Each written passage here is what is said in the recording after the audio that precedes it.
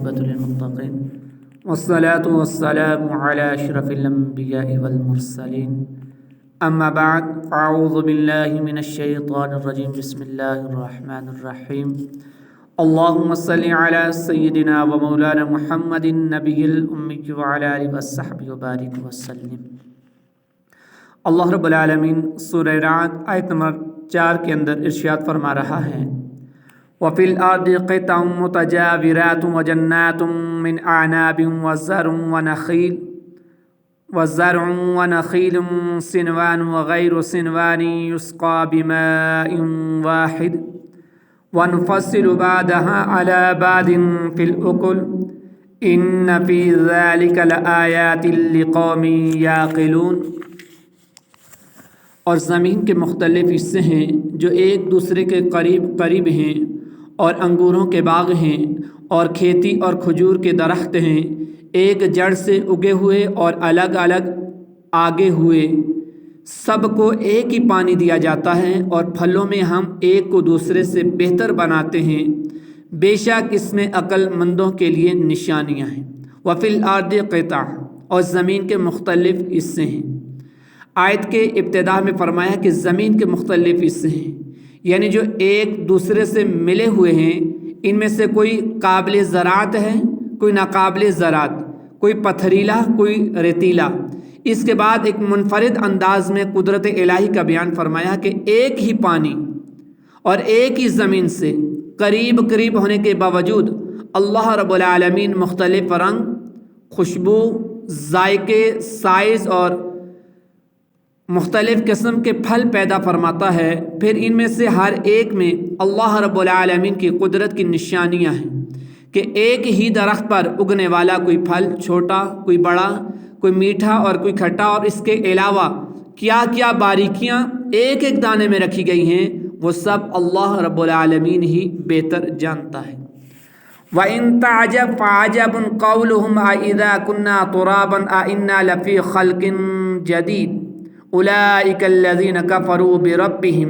وأولئك الأغلال في أعناقهم وأولئك أصحاب النار هم فيها خالدون۔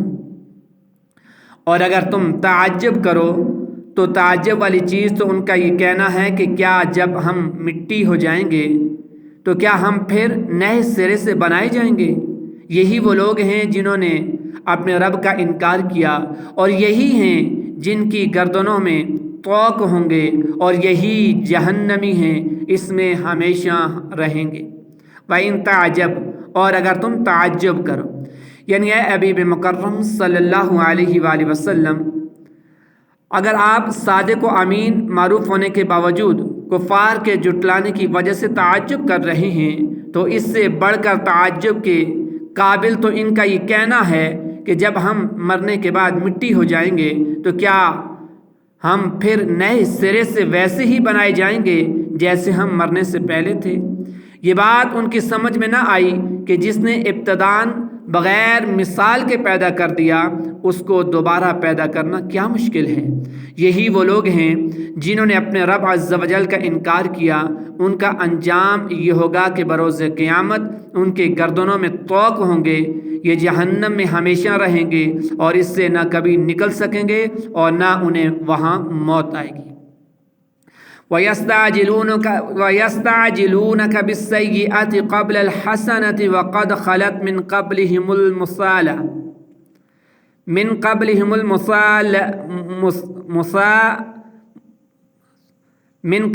الْمَثُلَاتُ وَإِنَّ رَبَّكَ لَذُو مَغْفِرَةٍ لِلنَّاسِ عَلَى ظُلْمِهِمْ وَإِنَّ رَبَّكَ لَشَدِيدُ الْعِقَابِ۔ اور رحمت سے پہلے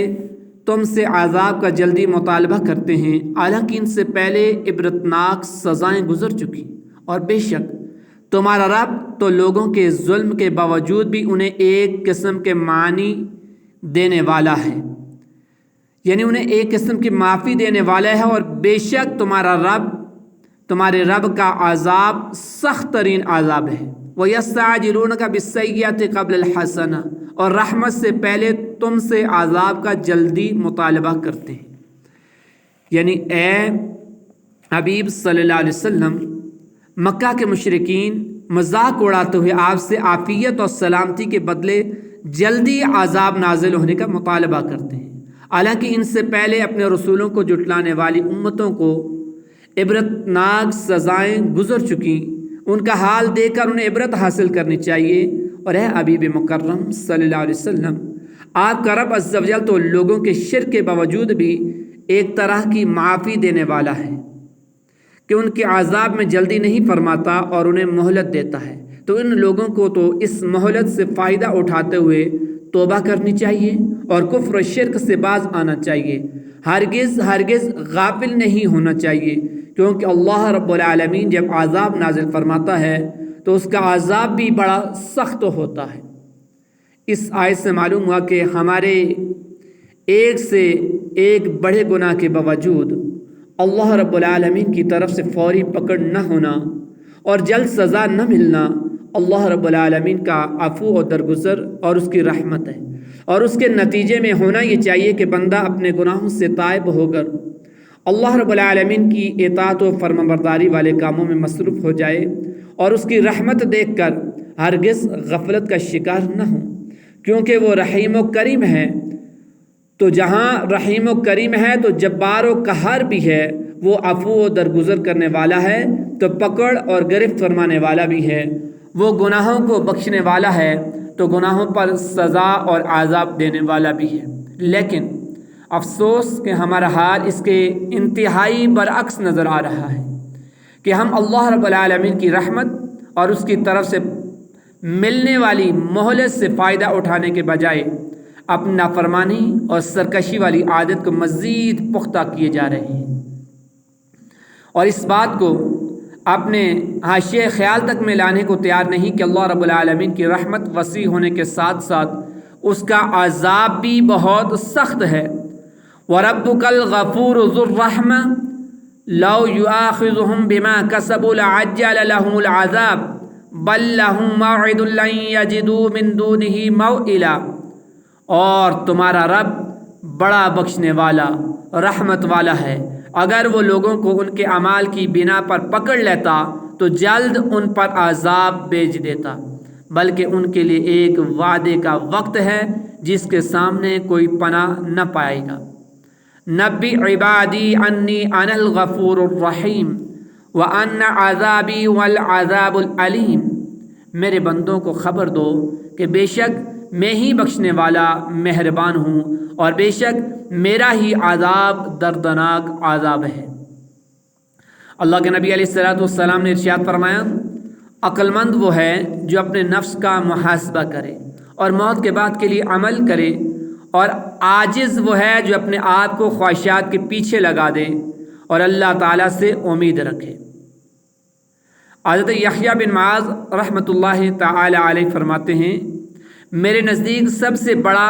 دھوکہ یہ ہے کہ معافی کی امید پر ندامت کے بغیر آدمی گناہ میں بڑھتا جائے، اطاعت کے بغیر اللہ تعالیٰ کے قرب کی توقع رکھے، جہنم کا بیج ڈال کر جنت کی کھیتی کا منتظر رہے، گناہوں کے ساتھ عبادت گزار لوگوں کے گھر کا طالب ہو، عمل کے بغیر جزا کا انتظار کرے اور زیادتی کے باوجود اللہ تعالیٰ سے مغفرت کی تمنا کرے۔ اللہ تعالیٰ ہمیں اپنے عفو سے غافل نہ ہونے، اپنے عذاب سے ڈرتے رہنے اور اپنی آخرت کو بہتر بنانے کے لیے نیک اعمال کرنے کی اللہ رب العالمین ہمیں توفیق رفیق مرحمت عطا فرمائے۔ وما علیہ الا